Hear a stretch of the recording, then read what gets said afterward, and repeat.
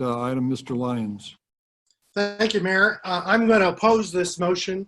I think the actions that we took earlier to support a resolution was very important because it helps identify where funding might come from in order to proceed with establishing a policy and paying out hazard pay to our first responders. What bothers me about this is that it's not really following a process. As Councilmember Farasati should understand that something like this as a policy discussion should first be reviewed by staff and assigned to the appropriate standing committee for review and discussion. And that's where I think that this would belong.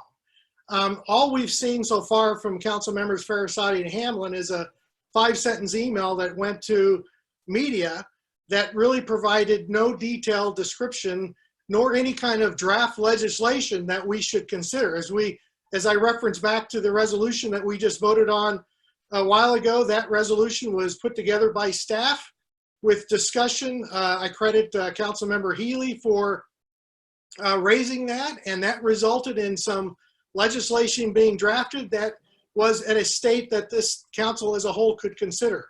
At this point, there is nothing to consider. And at best, although I support conceptually the idea of discussing hazard pay, we're in a budget crisis right now, and to actually go forward and I don't know what we would actually do here is what the discussion would be. We'd vote on hazard pay without determining how much money we're talking about, who actually would benefit from this.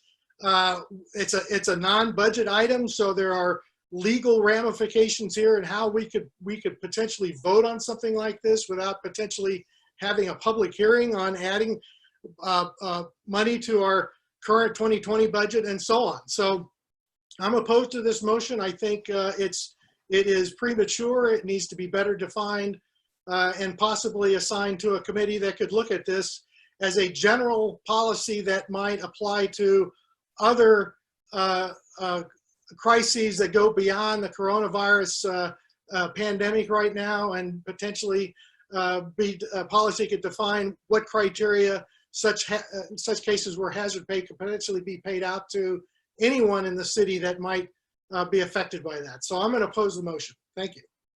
I would just remind the council members that this falls under compensation. That is the responsibility of the city manager.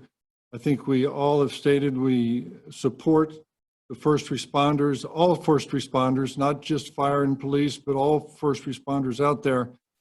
But we're talking about something that is the responsibility of our city manager, and that's where this falls. And if he'd like to bring it up through a committee, that would be fine. Further discussion, Mr.